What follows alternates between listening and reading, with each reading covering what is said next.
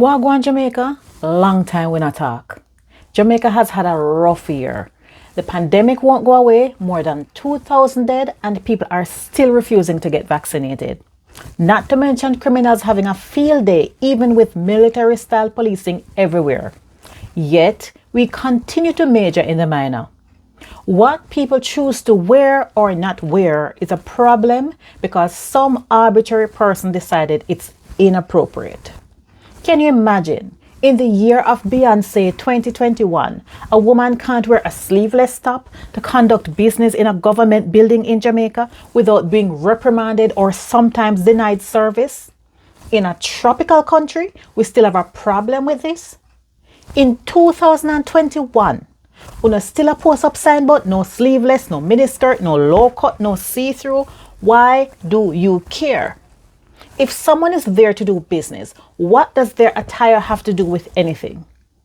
I know that there's a whole set of people ready to scream at me. It's inappropriate. People must dress professionally to go out in public.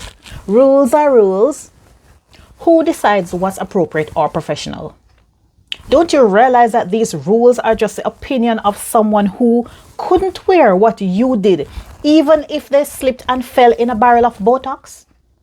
The colonial retention from the British has us in a chokehold, so much so that we want to hold on to every little rule and regulation, whether or not it makes sense, be it an outdated dress code or policing people's speech. We have become so adept at turning up our noses that all when it not have nothing to do with we insert ourselves same way. A few days ago, Rihanna was declared a national hero in her home country Barbados, and she looked stunning as ever for the occasion.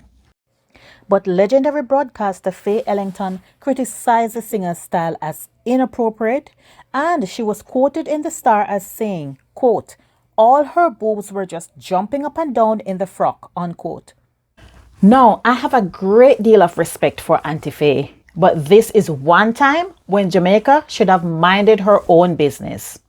Rihanna Titty Dema Jump didn't reduce her image in any way, not in the eyes of her fans, and I don't think Bajans cared either. What comments like this illustrate, however, is that everything a woman wears, does, or says is sexualized. Rihanna was beautifully dressed. She looked no different than she would have at any red carpet event. Some would say she was even more modest than usual at that event in Barbados. But because Jamaicans are so preoccupied with what women wear, we're clutching pearls because we decided that her style was inappropriate. No, man, we need to do better.